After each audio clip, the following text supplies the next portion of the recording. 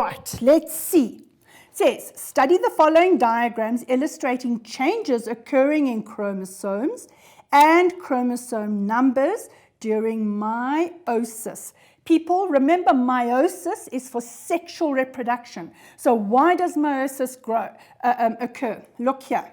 We have in a male or a female cell, in the ovaries and the testes, you will have a diploid cell. That diploid cell has 46 chromosomes. Okay? Or 23 pairs of chromosomes. Those chromosomes undergo meiosis 1. And during meiosis 1, it's reduction division. So that diploid number, the 2 sets of chromosomes, will now become 1 set of chromosomes with 23 here and 23 chromosomes there. We then say that this cell is going to be haploid because it only has 23 chromosomes in each. Then, during meiosis 2, those 23 chromosomes are going to duplicate, so it's very similar to mitosis, okay? And then in the female, one of these will become an ova or ovum, and these 3 will become polar bodies, okay? Or if it's in a male, we are going to have our little sperm cells, all 4 will become little sperm cells, okay? And there we go. So that one, this one, this one, and this one. 2 of them will be X chromosome sperm cells and 2 will be Y chromosome sperm cells. For every one cell that undergoes meiosis. Why? So that when the 2 gametes, the male gamete and the female gamete, or the ovum and the sperm cell get together during fertilization, we now have a diploid chromosome number again. So meiosis prevents the doubling of the chromosome number when fertilization occurs. All right, so if we look at our diagram here, the first thing we are going to do is put in the labels. So if we go here, number 1 would be the centromere.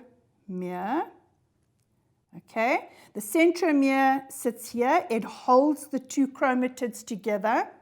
Then number 2, that is the point of crossing over called the chiasma. And this here is a chromatid. Okay, so we have 2 chromatids. Let me get a color here.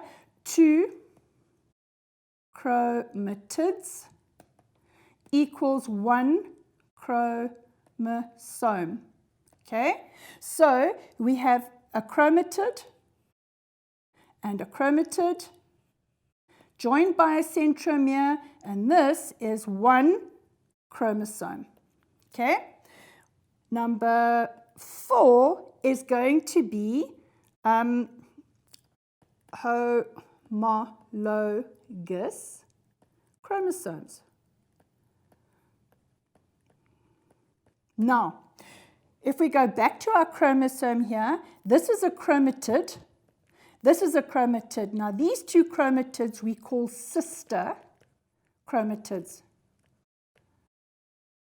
Okay, but this chromatid and this one will be non-sister chromatids. Why? Because they belong to different chromosomes, so they are non-sister chromatids. Whereas this one and this one, or this one and that one, they are going to be sister chromatids. And this is just so that you know the terms, especially when you have to explain the process taking place in diagram A, which is crossing over. So let's do that. Let's use our blue, and we say in diagram A, this is crossing over. That's the process. And diagram B, well, what phase is happening? Oh, this phase, this is going to be prophase 1. Why? Because it's happening here during metaphase, oh, you can't see that, during metaphase 1. All right, and this diagram here, diagram B, is anaphase 1. How do we know it's anaphase 1? Because you have your homologous pairs of chromosomes. So there's one homologous chromosome, there's another one, there's another one, there's another one, and they were lined up here during metaphase, and now they are pulling towards the poles. Remember, anaphase is A for away. And it's doing 1. Why? Because they are whole chromosomes. So this is a whole chromosome. If it was anaphase 2, we would have chromatids pulling away. Okay, right. So identify numbers 1 and 4, we've done that. So 1 centromere, 4 homologous chromosomes. How do you know they're homologous chromosomes, by the way? How would you identify? Well, the centromere would be in the same position. The length of the chromosomes would be the same. They would carry genes for the same traits. Okay, so that's how you would tell that they are homologous chromosomes. One from the father, so paternal, one from the mother, maternal chromosome. And the two, if you look back here, that's your, maybe this is your maternal chromosome, and this would be your paternal chromosome. So they would carry genes in the same, for the same characteristics. Alrighty, now, which process is illustrated in A? We've already said that it is crossing over. Okay, describe how the process identified there, crossing over, leads to genetic variation. Well, what you have to remember, and I'm not going to write this out, I'm going to tell you, is that when crossing over takes place, you are going to have the two non-sister chromatids here. I'm going to use orange. The non-sister chromatids here, all right, are crossing over at the chiasma. And what happens is that they literally swap genetic material. So that after crossing over, you are going to have a piece of the paternal chromosome sitting on the maternal chromosome and a piece of the maternal chromosome sitting on the paternal chromosome. So if we look at diagram B, you see here they swapped genetic material, and this chromosome here and that one swapped genetic material there. So it is the literally swapping the genetic material which leads to variation, because the offspring, if one of those cells become, one of those gametes, which is cells, one of those cells or gametes becomes used during fertilization, they are never ever going to be identical to the parents, because you've got a combination of the mom's dad and the dad's dad to make the baby. So remember, this is maternal and this is paternal. So this individual would have got this chromosome from their father in the sperm cell and this chromosome from the mother here, from the mother in the ovum. Okay, so let's see. Which phase of meiosis is illustrated in B? Well, in B it is, if we look back here, we said anaphase 1.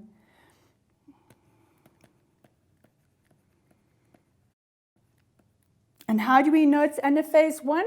Because they are whole chromosomes that are moving to the opposite poles, not chromatids.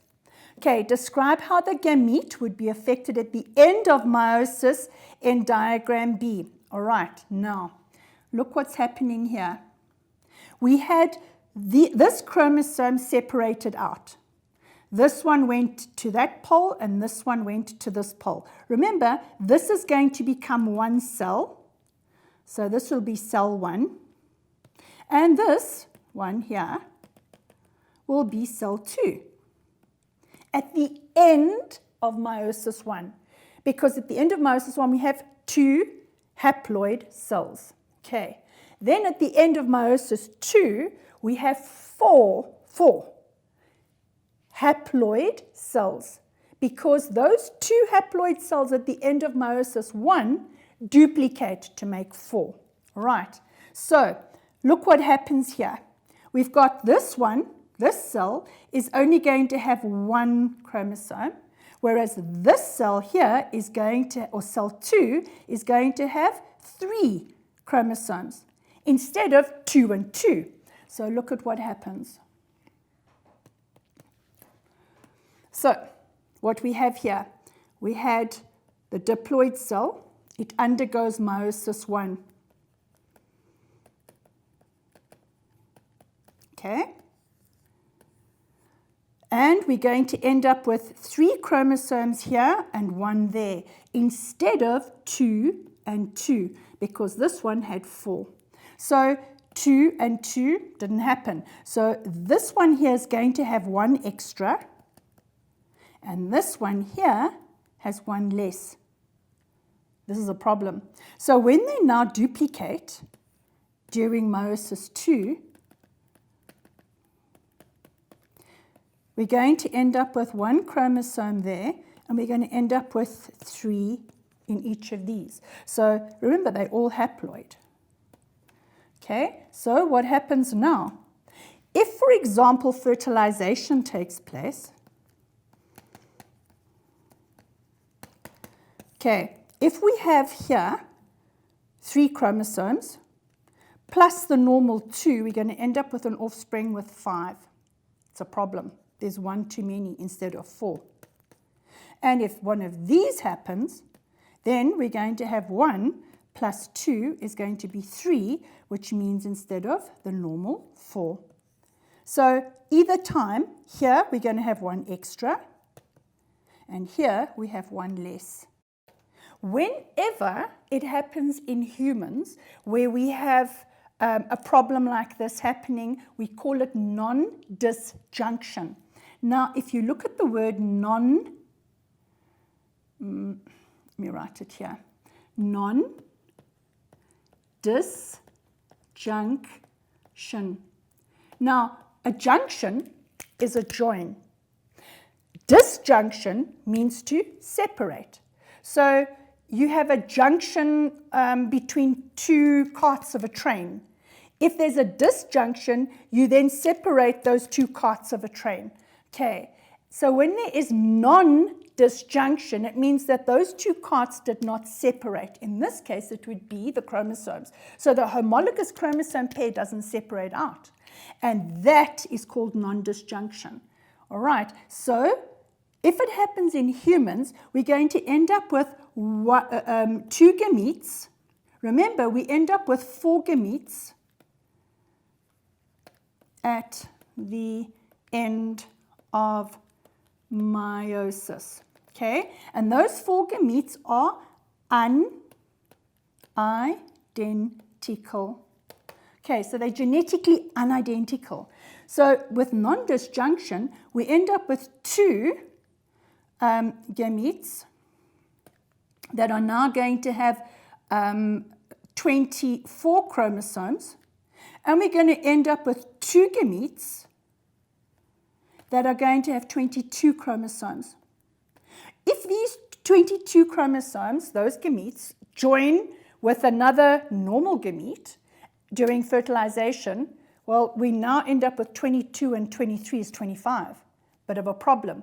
And that pregnancy will never ever go beyond implantation. It won't even implant because the body knows that there's something wrong with it.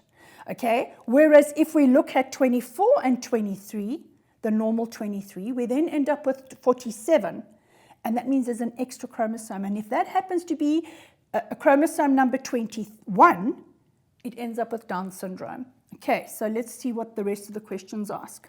So I explained that how it was affected. We end up with two of our gametes are going to have 24 chromosomes, and 2 of them are going to have 22, or you can say 1 extra and 1 less.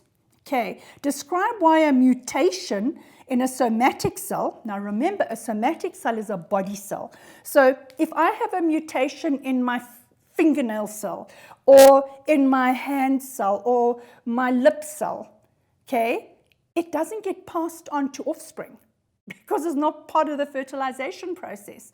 I'll just have a little funny growth that will develop, okay? So only a mutation during meiosis to produce a gamete will result in a mutation being passed on to offspring. Remember, what is offspring? Your offspring is a sperm cell plus an ovum during fertilization is going to produce a zygote, and your sperm cell is haploid, your ovum is haploid, and your zygote is going to be diploid. It's going to have a set of chromosomes from the father, from the male, and it's going to have a set of chromosomes from the female, the mother, and you're going to end up with your diploid zygote, which is now going to undergo mitosis for growth, repair, and replacement. So the only time anything can be passed to an offspring is if it's in this sperm cell or if it is in the ovum. If it's in a skin cell, well, it can't get into the egg cell or the egg cell, ovum, or the sperm cell. Okay, last question. The chromosome in diagram B represent the 21st pair of chromosomes. Which syndrome? It is Down's, as in belonging to Down, so it's an apostrophe S, Down's syndrome.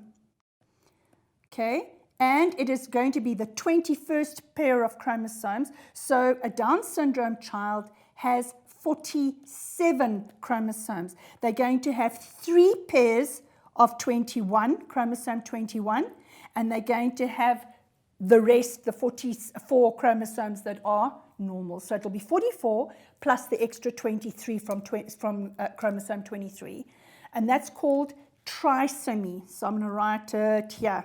It's called trisomy. Tri means 3, somy means chromosomes. So you can get trisomy 12. That will be chromosome number 12, where you're going to have 3 copies. Or trisomy 1. Then they've got 3 copies of chromosome 1. When it is trisomy 21, it results in Down syndrome. And something else, people, just remember that it's not only women that cause Down syndrome. So it's not only an egg cell or an ovum that can be have trisomy 21 and you end up with a Down syndrome child. So non-disjunction in a female. It happens in males as well, and in the sperms, well, clearly in the sperm cells as well. So you can have a sperm cell that has 22 chromosomes or 24 chromosomes as well. Non-disjunction isn't just in women, it's in men as well. So don't be thrown if you get a question about a male sperm cell that non-disjunction has taken place in, okay?